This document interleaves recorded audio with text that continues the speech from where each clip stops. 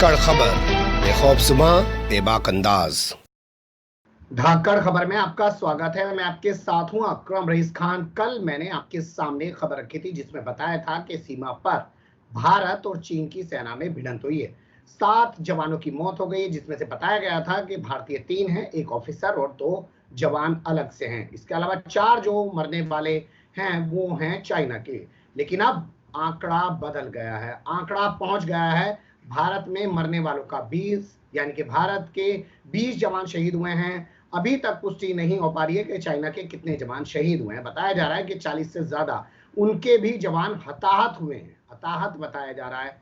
तो एक सवाल यही है कि अभी तक ये ऊहापोह की स्थिति है क्यों, और सरकार सोमवार की रात हुई इस घटना की जानकारी मंगलवार की दोपहर को क्यों दे रही थी, और मंगलवार की दोपहर भी उन्हें जो जानकारी दी तो पूरी जानकारी क्यों नहीं दी, क्योंकि सरकार ने यह भी नहीं बताया कि भिड़ंत किस तरीके से हुई।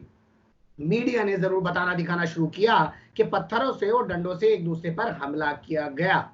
ये चल क्या रहा है? क्या सरकार इसको अभी भी हल्के में ले रही है? प्रधानमंत्री नरेंद्र मोदी ने मुख्यमंत्री के साथ वीडियो कॉन्फ्रेंसिंग के जरिए बातचीत की, उसमें भी इस बात पर कोई जिक्र नहीं किया। इसके अलावा रक्षा मंत्री जो हैं हमारे देश के राजनाथ सिंह, उन्होंने विदेश मंत्री के साथ, चीफ डिफेंस ऑफ स्टाफ के साथ, सेना के तीनों प्रमुखों के साथ मीटिंग की, लेकिन उस मीटिंग का भी कुछ पूरी तरीके से उभर कर खाका सामने नहीं आ पाया है।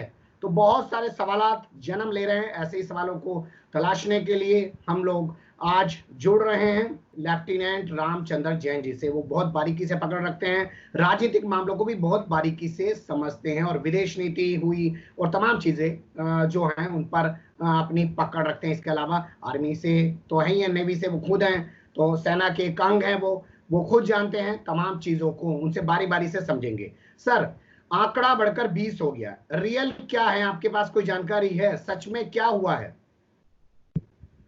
धन्यवाद आपका, आपने मुझे धाकड़ खबर के लिए निमंत्रण किया।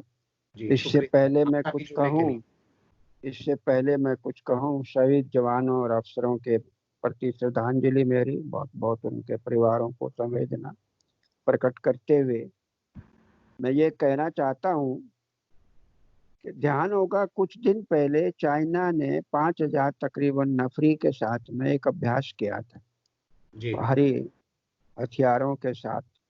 तो हमने उसका ठीक से आकलन नहीं किया, जी उसके बारे में उसको हमने गंभीरता से नहीं लिया, उसको साधारण एक अभ्यास मान लिया जो कि वो नहीं था। जी पूर्व में अभ्यास होते थे, अभ्यास करके हम भी लौट आते थे, वो भी लौट जाते थे। लेकिन उनका जमावड़ा जो झील के पास हुआ है वो एक सामरिक स्थान है, और सरकार ने भी उसको इतनी गंभीरता से नहीं लिया, क्योंकि डिप्लोमेटिक बातें चल रही थी, आपस जी में विचार विमर्श चल रहा था। तो सरकार जी ने कभी सोचा नहीं था कि इस तरह का एक हालात होगा। बहुत दुखद है, नहीं होना चाहिए। और जहाँ तक सरकार की बात है, ये जरूरी नहीं कि हमेशा बॉर्डर पे या कहीं भी युद्ध में कोई हताहत हो या शहीद हो, शहादत को एकदम से बताया जाए जनता को, क्योंकि जनता के मोराल की बात है, फौज के मोराल की भी बात होती है। तो सरकार अपने तरीके से अपने आप से बताते हैं।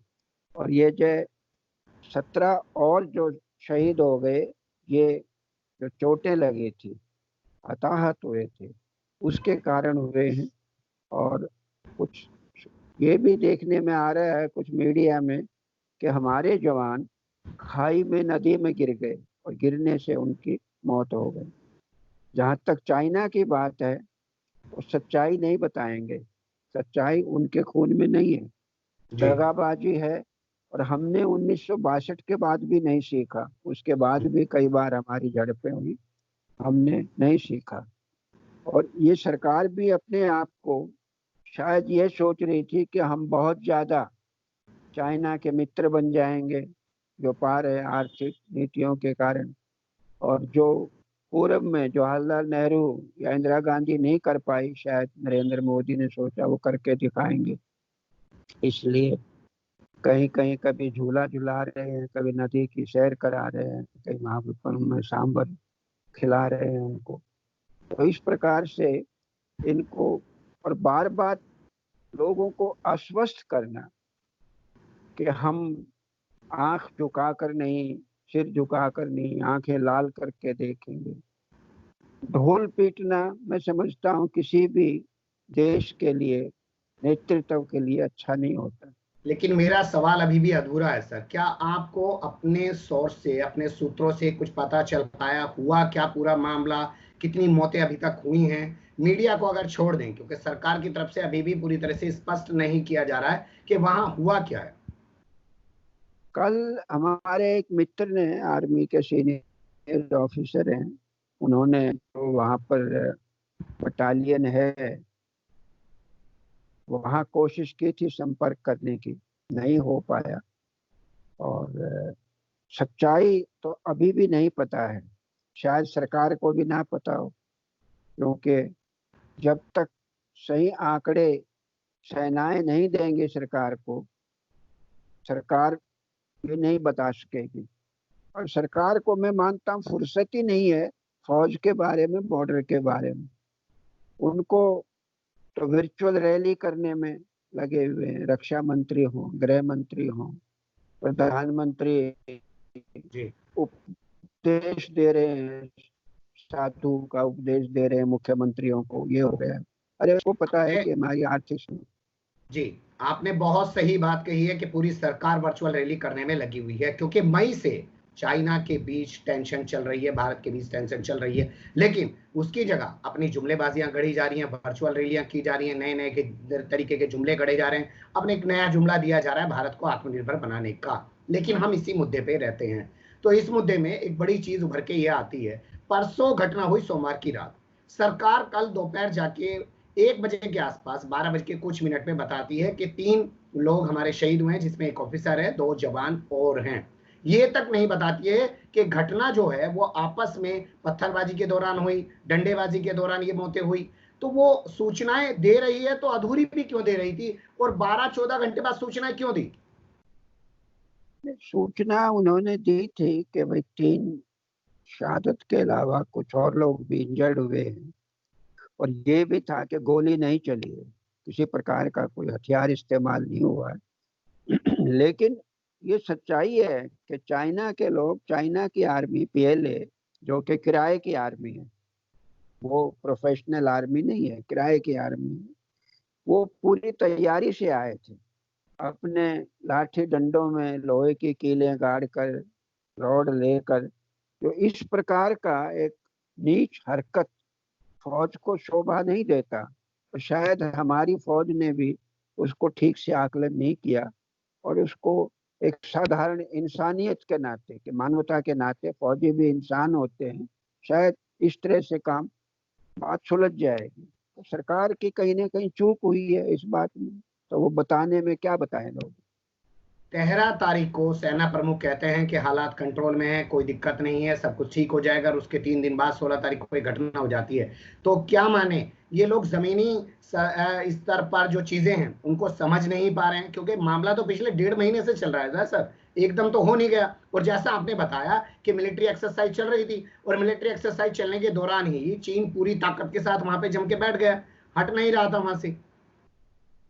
आपकी बात ठीक है, लेकिन जिस समय हमारे सेना चीफ ने कहा, वो देखिए क्या अवसर था।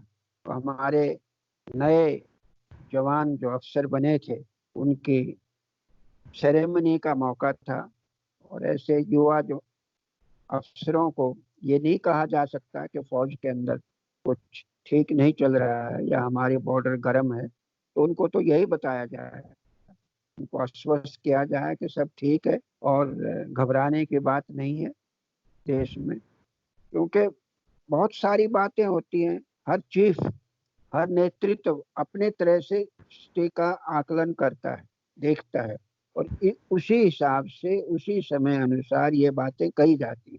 तो इसको हम ज्यादा ये ना लें कि भाई हमारे चीफ ने कोई गलत बात कही, ऐसा कुछ नहीं। क्या आपको लगता है कि सर्जिकल स्ट्राइक की जा सकती है? क्या आपको लगता है एयर स्ट्राइक की जा सकती है? क्योंकि चाइना ने जिस तरीके का घिनौना काम किया है, उसके जिस तरीके से सेना के जो जवान हैं वो बताइए कैसी हरकत कर रहे थे, जैसा आपने बताया कि डंडों में कीले लगा के लाए थे, उससे हमला कर रहे थे, तो ऐसे में क्या जवाब दे सकती है ये मोदी सरकार? नहीं, मैं जवाब दे सकने में हम सक्षम हैं, लेकिन मैं नहीं चाहूंगा कि सरकार ऐसा कोई कदम उठाए जिससे लड़ाई भड़के, युद्ध की स्थिति बने।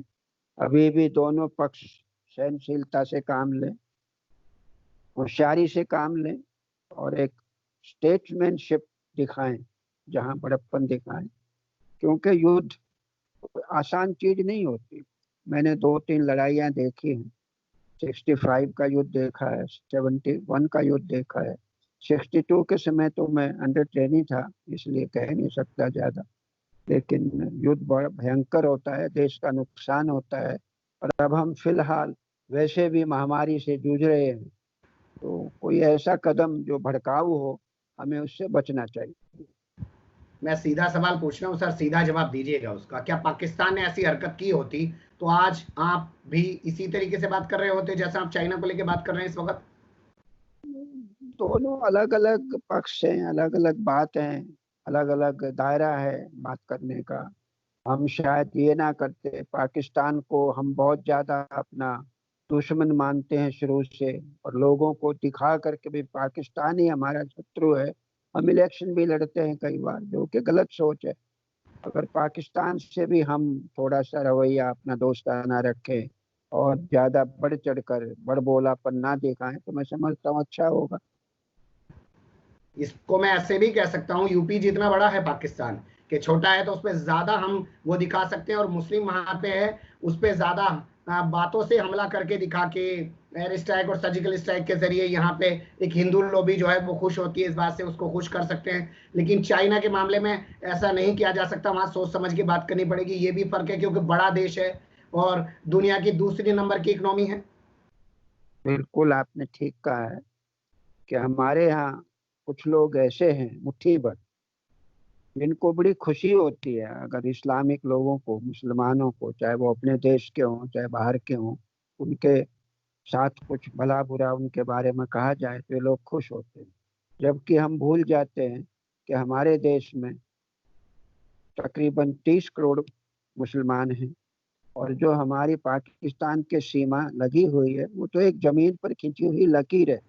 लकीर जी कभी भी मिटाई जा सकती है। मैं तो जी। इस बात का पक्षधर हूँ कि पाकिस्तान को हमारे साथ मिल जाना चाहिए, यूनाइटेड इंडिया होना चाहिए, तभी शायद। अखंड भारत तभी बनेगा जब यहाँ पाकिस्तान दोबारा मिल जाए, बांग्लादेश दोबारा मिल जाए। अखंड भारत जिसकी कल्पना की जाती है वो अखंड भारत जब ही बनेगा। लेकिन मैं फिर आगे आना चाहता हूँ सरकार पे। राजनाथ सिंह ने मीटिंग की, उसमें विदेश मंत्री मौजूद रहे, सेना के तीनों प्रमुख मौजूद रहे और चीफ डिफेंस ऑफ स्टाफ मौजूद रहे, लेकिन निकल के कुछ नहीं आया। उसको आप कैसे देखते हैं?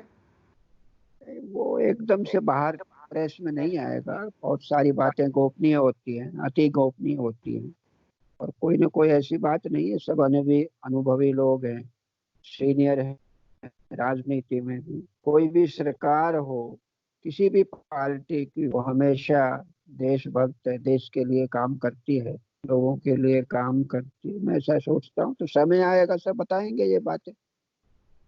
कल मुख्यमंत्रियों के साथ प्रधानमंत्री ने मीटिंग की, लेकिन इसको लेकर एक लाइन भी नहीं बोली।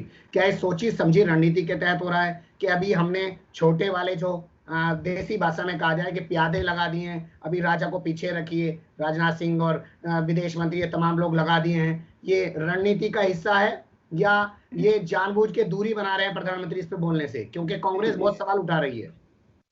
कांग्रेस तो महीने भर से कह रही थी कि हमें सच्चाई बताओ, और जहां तक मुख्यमंत्रियों को एड्रेस करने की बात है, तो पहले से सुनियोजित था, पहले से तैयार किया हुआ भाषण था, और अचानक उसके बीच में चाइना की बात करना, ये एक शायद संदेश जाता कि भी बहुत बड़ी इमरजेंसी घटना है, और शायद प्रधानमंत्री भी इस बात के लिए पूरे से तैयार ना होंगे। मैं ऐसा मानता हूँ कि देश को कैसे कहना चाहिए, क्या बताना चाहिए। चाइना अपने लोगों की मौतें छुपा रहा है और साथ में एक आरोप ये लगा रहा है कि भारत की सेना ने उकसाया है, भारत की सेना ने हमला किया है। तो वो विश्व पटल पर क्या मैसेज देने की कोशिश कर रहा है, आप कुछ समझ रहे हैं सर? चाइना तो कहेगा कि भाई भारत ने पहले छेड़छाड़ की है, तो हमारा दायित्व है कि हम विश्व में जितने भी हमारी एम्बेसी हैं उनको सच्चाई बताएं, उन देशों को आगाह करें इस बात के लिए, और जैसे भी हो हम अपने अधिकार को, अपने हक को आगे बढ़ाएं।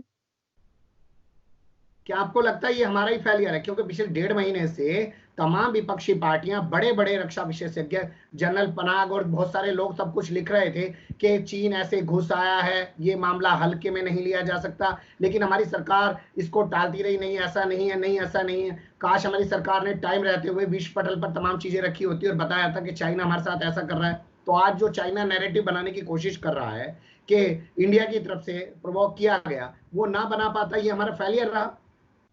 हमारा बड़ा दुर्भाग्य है कि आज हमने सेनाओं को भी राजनीतिक आधार पर बांट दिया है। बहुत सारे जनरल, रिटायर्ड जनरल, जो कहते हैं, तो सत्तारूढ़ सरकार क्या कहती है कि ये तो दूसरी पार्टी से प्रेरित है, उनके जी। लिए ऐसे बात है। अब उन्होंने सैटेलाइट के आधार पर उनके जो पिक्चर दी हुई थी उसके आधार पर बताया, लेकिन समस्या दूसरी भी है कि एलएसी जो वहां पर है वो कोई निश्चित बॉर्डर नहीं है, वो एक परसेप्शन है दोनों के बीच में।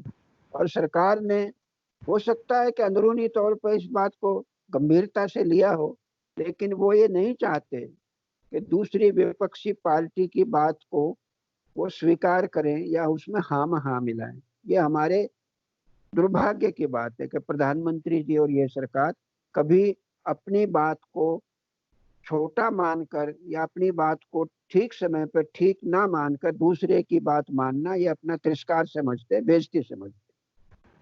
क्या ये इनकी सोच बन गई है, ये इनका मिजाज बन गया है, स्वभाव या आदत बन गई है? हर मामले में करते हैं। कोरोना के मामले में देखिए, राहुल गांधी ने 12 फरवरी को ट्वीट करके बताना शुरू किया कि महामारी है, और अब एक वीडियो भी वायरल हो रहा है आजकल, जिसमें प्रकाश जावड़ेकर कहते हुए दिखाई दे रहे हैं कि 30 जनवरी तक मोदी जी पूरे नजर बनाए हुए थे कोरोना पे, तो फिर डोनाल्ड ट्रंप को यहाँ पे बुला के क्यों एंटरटेन किया? ये लोग बाद में मानते हैं। जैसे देखिए, इन्होंने नोटबंदी लागू कर दिया और बाद में उसमें बदलाव कर रहे हैं, पहले जीएसटी लागू कर दिया, बाद में उसमें बदलाव कर रहे हैं। ये मानते क्यों नहीं है? सच का सामना क्यों नहीं करते हैं? लोगों को धोखे में क्यों रखना चाहते हैं? बात यह है कि ठीक हालात का जायजा नहीं ले पाते ठीक समय पर। और डोनाल्ड ट्रंप, अमेरिका के राष्ट्रपति का दौरा पहले से निश्चित था। प्रधानमंत्री जी उसमें से सोच रहे थे कि इनको बहुत कुछ मिलेगा, बहुत गहरी गंभीरता से उसको ले रहे थे, और शायद ये सोचा होगा कि एकदम इसको अचानक कैंसिल करना, रद्द करना तो मुलतवी किया नहीं जा सकता था, क्योंकि वहाँ चुनाव है अमेरिका में। तो शायद डोनाल्ड ट्रंप के लिए काम कर रहे थे, इंडियन लॉबी को उनके साथ जोड़ने के लिए। तो इस तरह सारी स्थिति का जायजा, एक आकलन गलत रहा प्रधानमंत्री का, सरकार का, मैं ऐसा मानता हूँ। चलिए, क्या लगता है आपको अभी परिस्थितियां जो हैं वो किस ओर जाएंगी? मैं तो यही प्रार्थना करता हूँ हालात ठीक हो देश में। पहले हम कोरोना से, महामारी से लड़ते हैं, और हम तो चाइना की सरकार को भी कहता हूँ कि उनको सद्बुद्ध, और पहाड़ों के बीच में आने से इंसानियत बढ़ती नहीं है, इंसानियत वही रहती है। भारत के अंदर भी बहुत सारे चाइनीज लोग रहते हैं, चाइना के अंदर भी हमारे लोग बहुत हैं, सारे स्टूडेंट हैं और हैं। तो आपस में तालमेल बना रहे, प्यार मोहब्बत बनी रहे, मैं तो यही दुआ करता हूँ। ये आपने बहुत अच्छी बात कही है कि जो बॉर्डर पे वहाँ वो कुछ सैनिकों के बीच हुआ है, वो कुछ सैनिकों के बीच ही सिमट के रह जाए, पूरे दोनों देशों के बीच की टेंशन ना बने। लेकिन मैं लास्ट में अब आपका ध्यान ले आना चाहता हूँ इस्लामाबाद में। परसों हमारे सीआईएसएफ के एक ऑफिसर और उनके ड्राइवर को किडनैप किया गया। कई घंटों तक उनको बंधक बनाकर वहां भी डंडों से पीटा गया, वीडियो बनाए गए उनके, बताया जा रहा है। तो चाइना के सैनिक हमला करते हैं, वो भी डंडे पत्थरों से हमला करते हैं। पाकिस्तान में किडनैप किया जाता है तो वहां भी डंडे इस्तेमाल किए जाते हैं। तो ये क्या नया ट्रेंड चाइना और पाकिस्तान चला रहा है आजकल उसकी सेना के लोग?